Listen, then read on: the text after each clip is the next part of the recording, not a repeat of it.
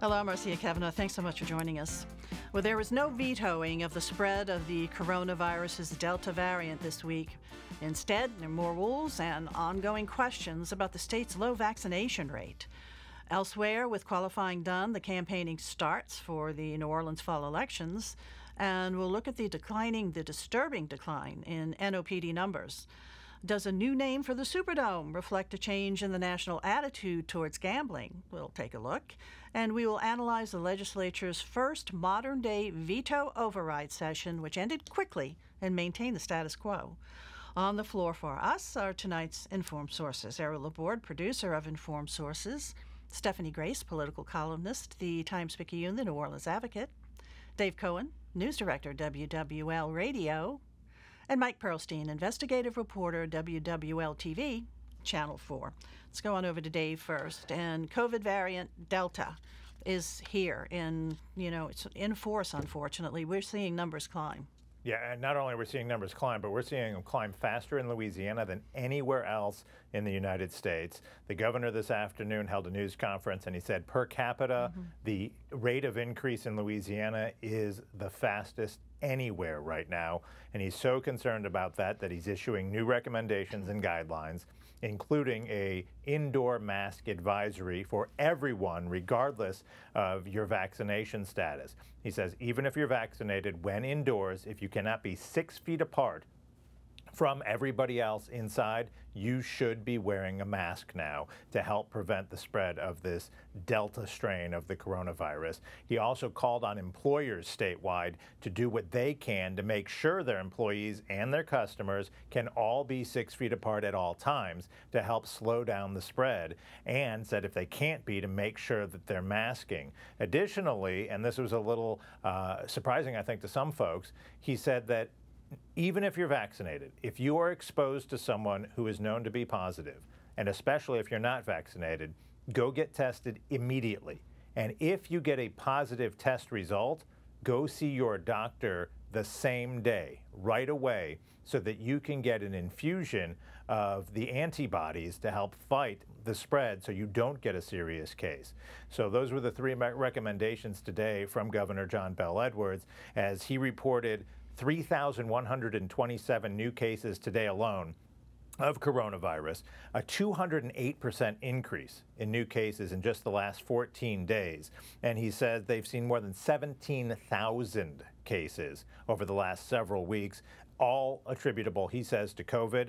And he says there have now been an increase of hospitalizations to a point that there's once again more than 1,000 COVID patients in Louisiana hospitals. That's alarming because we saw those numbers when we were in the other surges. Our vaccination rate remains really low. Is this now, since we're seeing more infections, because this is a really easily transmittable variant of this virus, are people getting vaccinated maybe a little bit more? A little bit more, and anecdotally we're hearing stories about a huge surge in just the last couple of days, which won't show up in the statistics until Monday. But we are hearing LCMC, for example, says they're getting 3 times as many calls from people who want to make appointments. We talked to several of the pharmacies. They say they're seeing 2 times to 3 times as many people calling to find out if they have vaccinations available, and people then coming in. So the last couple of days have been very encouraging.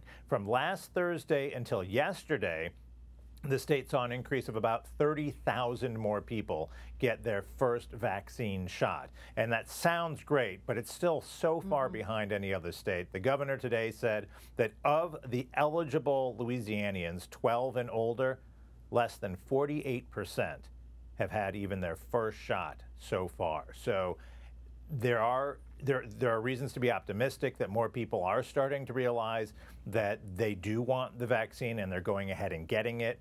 That coincides with some top political figures, particularly right-wing Republicans, including House Minority Whip Steve Scalise, getting his vaccination and encouraging other people to get it to some extent. He didn't go on his social media. He didn't put any mention on his Facebook or his Twitter that he got his vaccination, but he did allow the media to know about it, and he answered questions about it at news conferences and did say he encourages people to get it, but he didn't go full bore. He's not out there leading a campaign encouraging people to get vaccinated, but he did himself finally get vaccinated, and when asked about it, is encouraging others to get vaccinated. So there's a lot of reasons to believe that the vaccination rate will pick up, but we're so far behind, there's a lot of catching up to do. Dave, I understand there are some people who are not getting vaccinated just because, for various reasons, they don't know better. But how about the ones that have a philosophical objection? What's their problem? I mean, what do they believe in? What are they concerned about? Well, a lot of folks will tell us that they believe that their chances still remain extremely low of catching COVID, that they still believe that statistically speaking, they're unlikely to catch COVID, and they'd rather take that risk than get a vaccine that they believe, and this is out of their mouths, that they believe still remains untested. One of the major issues that may resolve a lot of this is if and when, and President Biden said this week that hopefully in the next few months we'll have full FDA approval. Remember, it's only a conditional approval right now. It's an emergency use approval for distribution of all 3 vaccines in the United States. None of them are fully approved by the FDA. So many of the opponents of the vaccinations say that they're not going to get it until and unless the FDA does a complete and thorough study and review of all of the possible outcomes of getting the vaccine, and they're not going to get it until it gets full approval. So that's very hard to overcome. And we've heard from the governor, we've heard from the mayor, we've heard from health officials that they know that there's a certain percentage of the population that there's nothing they can say or do at this time that will convince them to get it. And right now we're seeing with the variant too, we're seeing younger people getting infected and being hospitalized. Well, part of that's because it's mostly younger people who aren't vaccinated. Right. You know, the average age at the first peak was almost 70 years old of people hospitalized with COVID. Now it's less than 55. So that's a significant change. That means that about half of the people who are catching COVID now are under 55, and about half are over. So that's a ginormous change in the distribution of who is actually getting hospitalized from COVID. And that message seems to be ringing true to some people. You know, we talked to people who were getting vaccinated this week and asked them, well, why did you decide to finally get vaccinated? And honestly, many of them said, I just didn't think I had to, or it just wasn't a big deal to me, or I was afraid of the side effects and I didn't know, but now they feel like it's safe. It just didn't seem there was a lot of passionate reasons that these people we talked to anyway who got vaccinated this week weren't getting vaccinated before. They just weren't passionate about getting vaccinated. And you know, what we're hearing from the governor, the mayor, and others now is they're really trying to light a fire under those folks who were not really not wanting it, but didn't really want it either, to convince them they should go get it. And if I could jump in on that 1 second, it's very interesting to note the alarm being sounded by, you know, parish leaders, now the governor, that we've been through kind of the hard part when there were no vaccines, which was the, you know, mask wearing and lockdown, and you can hear the strain in their voices that the last thing in the world they want to do is shut down this economy. But if this spreads like wildfire, fills up hospitals beyond capacity, they are basically saying in their subtext that this is where we're heading if we cannot get control.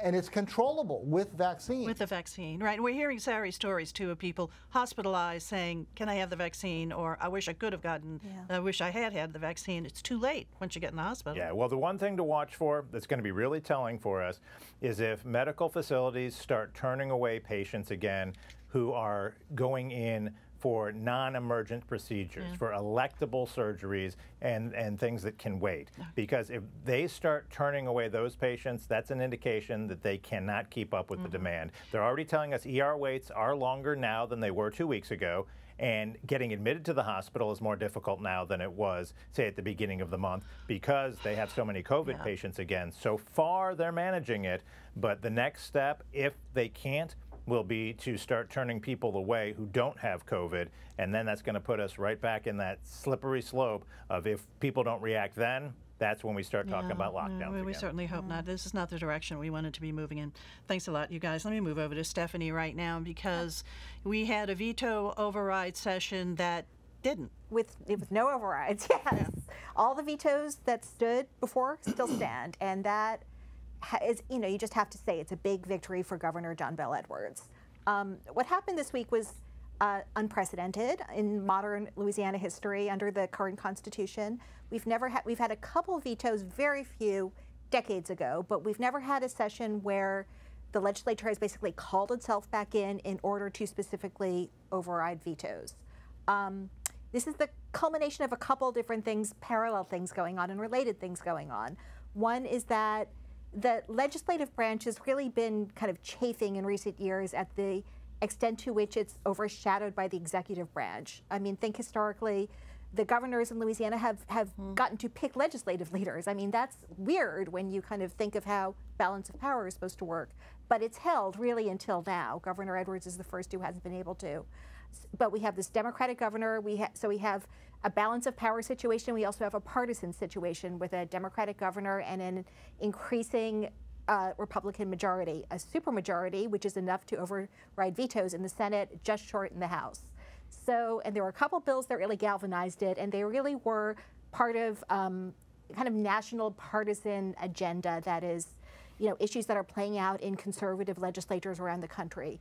The two bills that really kind of got us here, one was to ban transgender girls and women from competing in sports, school and college sports. The second was concealed carry, to allow people to carry firearms without training and permits. So, and again, these are social issues, these are culture war issues. The legislature only needed a majority in each house to come back. They did, but you'd think they wouldn't do it unless they kind of knew they had the votes, because this was a real challenge. This was basically a power play. So it turns out they didn't have the votes. Well, the Senate did vote to override the transgender bill. The Senate did, but then the House did not. It fell too short in the House. People mostly lined up along party lines. These are issues where you have a number of conservative Democrats, including Black Democrats, members of the Black Caucus, which really held together this time. Some of them had voted for the initial bills. They really fell back in line for the most part, almost entirely, to support the governor. I mean, I think it makes it easier for them once it becomes Republicans challenging Democrats, then they're going to stand with the Democratic governor. Law enforcement really came out pretty strongly opposed to the gun bill, basically saying, it's a public safety issue, people out there without training.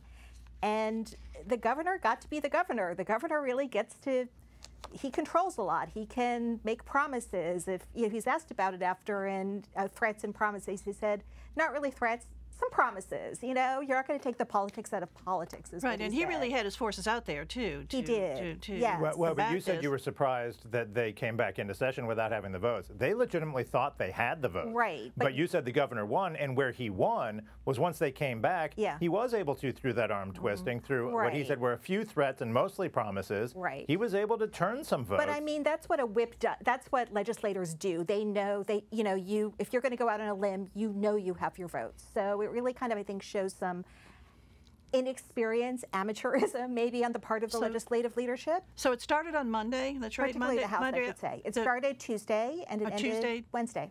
Right. It was supposed to end tomorrow, but instead it ended Monday with nothing, no veto override whatsoever for anything. Okay. Well, that was an interesting lesson, wasn't it? All right. Thanks a lot. Let's go on over to Mike right now. NOPD really is have a staffing problem.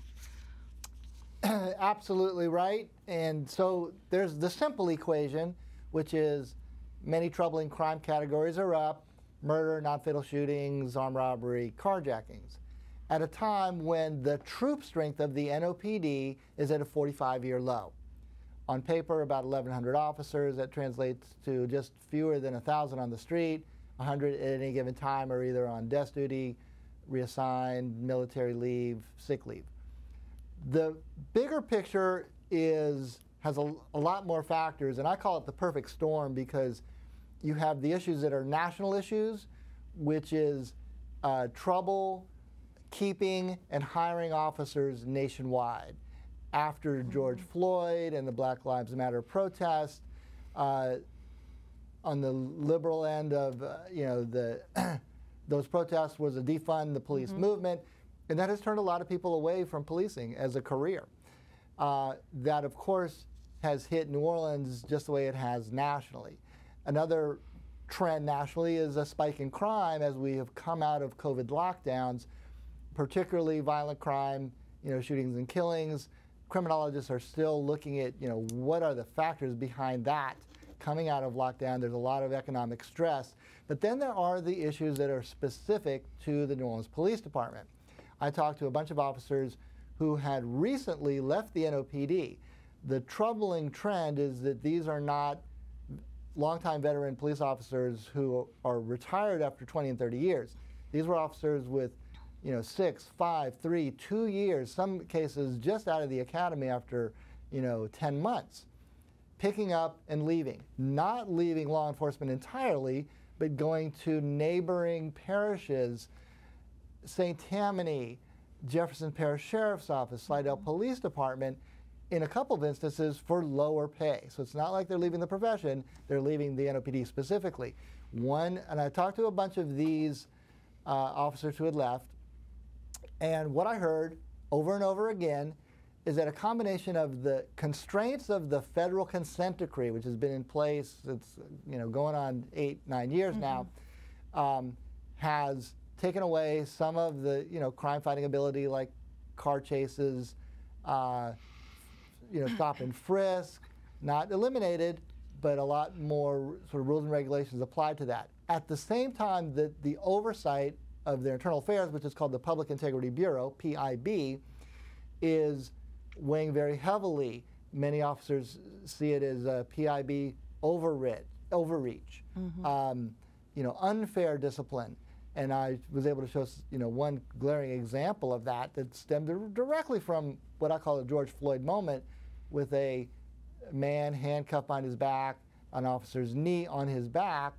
And what was very interesting about that, we got the body cam video, put it on TV, was that the man said, "I can't breathe."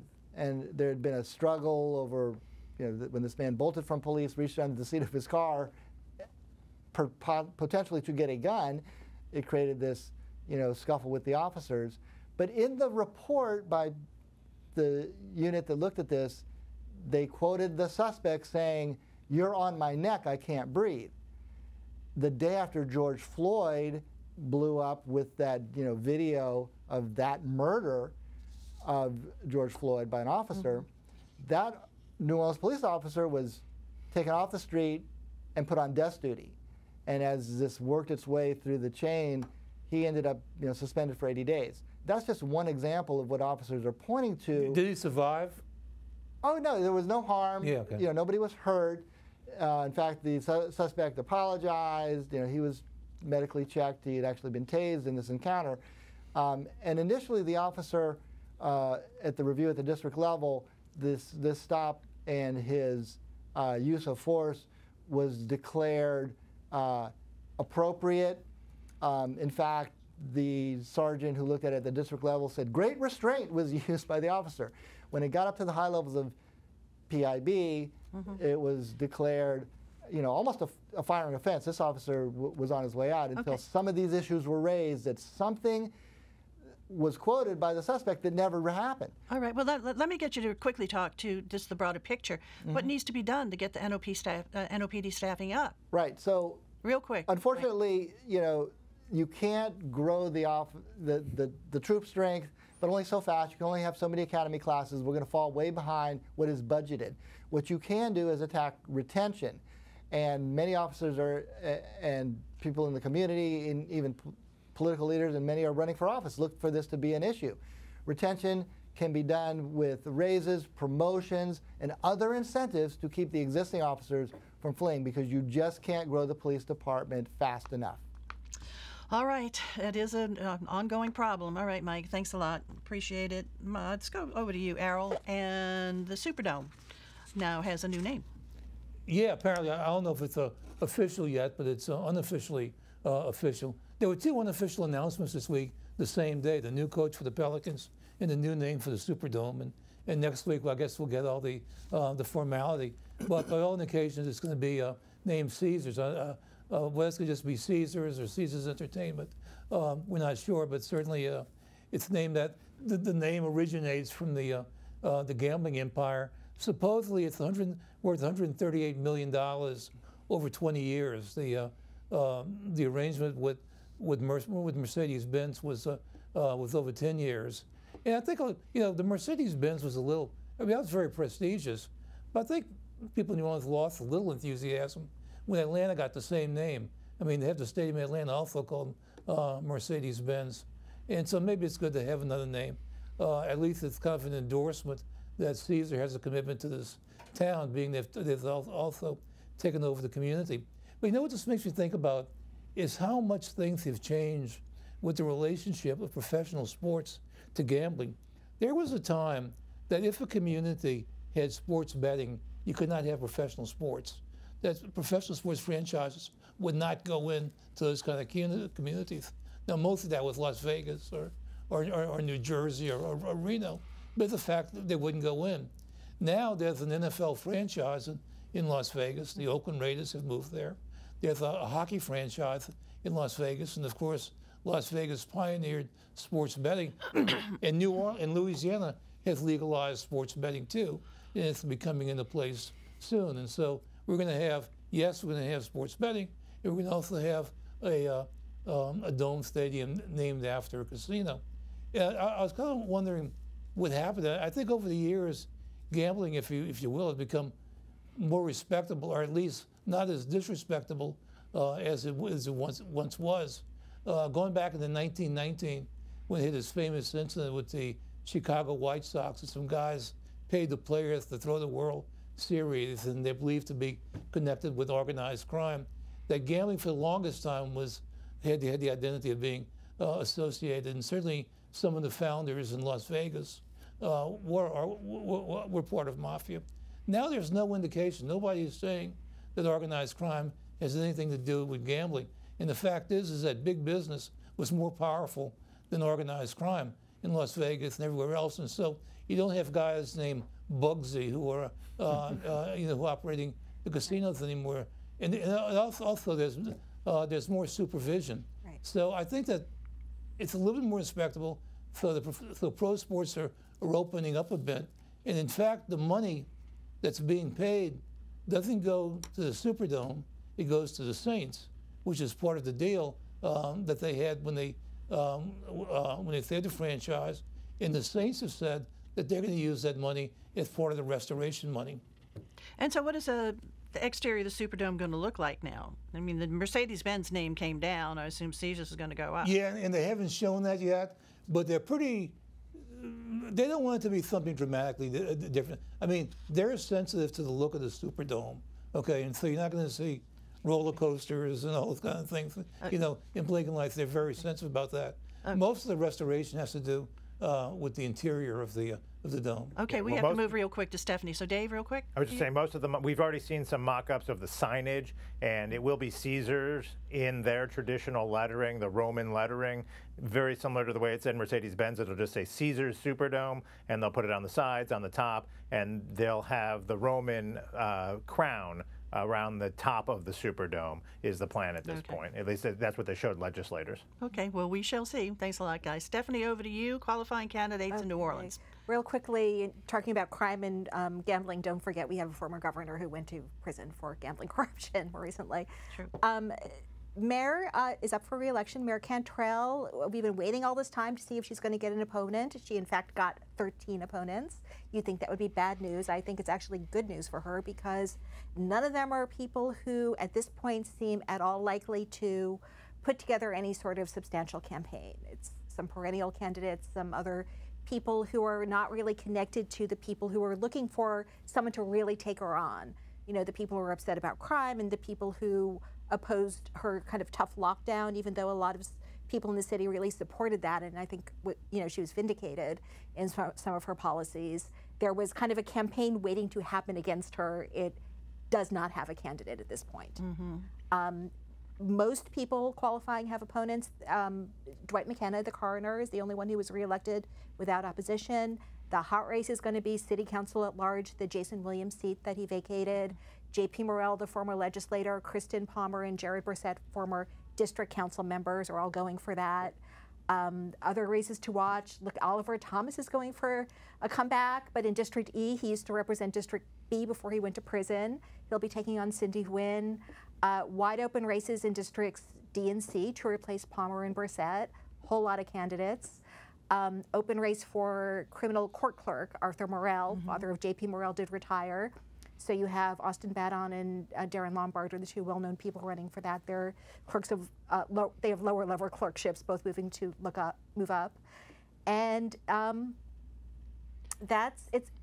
sheriff. There's actually going to be a sheriff race. Marlon Guzman, one of his opponents is Susan Hudson, who has been the independent police monitor for many years. So that could be one to watch. Probably not going to really pick up until after Labor Day is what people are saying, the activity. But the fundraising is certainly happening, and the emails are flying, and the attacks are starting. And really, I think crime is going to be the big issue. What Mike was talking about, this really, you know, a few months ago you would have said it was COVID or potholes or sewage and water board, but I think what we're looking at is really a focus on crime and, again, trying to find some of these really hard answers. You know, the thing about the council at large race is that's usually a race of people who want to be mayor someday. Yeah. And not every mayor has been a councilman at large before they came in, but probably more of them have been councilman at large. Well, not recently, though. Not any of the mayors I've covered. No. You know, LaToya came from the district. Mitch Landrieu came from lieutenant governor, obviously. Mark Morial came from the legislature. Ray Nagin came from nowhere, from West Cable. Mitch Landrieu came from that. And anyway, a lot of the early ones. The early ones, yeah. Yeah. Came from there. But I mean, I think you definitely have several people in that race who see themselves as potential future mayors. And then there's also Helena Moreno in the other race who's running for re-election. Right. Okay. All right. But like you said, real campaigning probably not. I mean, they're campaigning obviously right now, but the real heat of the campaign not till after. I think so. All righty. All right, guys. Other stories, real quick. E. Travel and Leisure magazine did a spread on the 10 top aquariums in the United States and included our aquarium as one of the 10. It didn't rank the aquariums, but it's in some pretty good company, like the Shed Aquarium in Chicago, very good, and the Monterey Aquarium. So it's prestigious. Very much so. Okay, Dave. On Monday, the governor will be in town to break ground on a levee expansion with the U.S. Army Corps of Engineers to extend the same kind of levee system that we enjoy in the immediate metro area now to the west for St. Charles, St. John, and St. James Parish to prevent the kind of flooding that we saw there a few years back. All right. Mike, over to you. Yeah, we've all heard about the increase in crime citywide.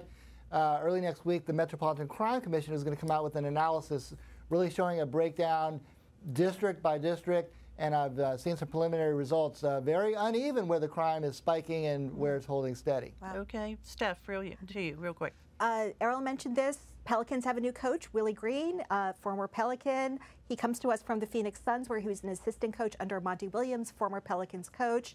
He, of course, got the Suns to the finals, but not all the way there. Okay, guys, thanks a lot. A lot of ground covered. Yeah. Thank you all for being here. Thank you all for watching. See you again next week for Informed Sources. Have a good evening.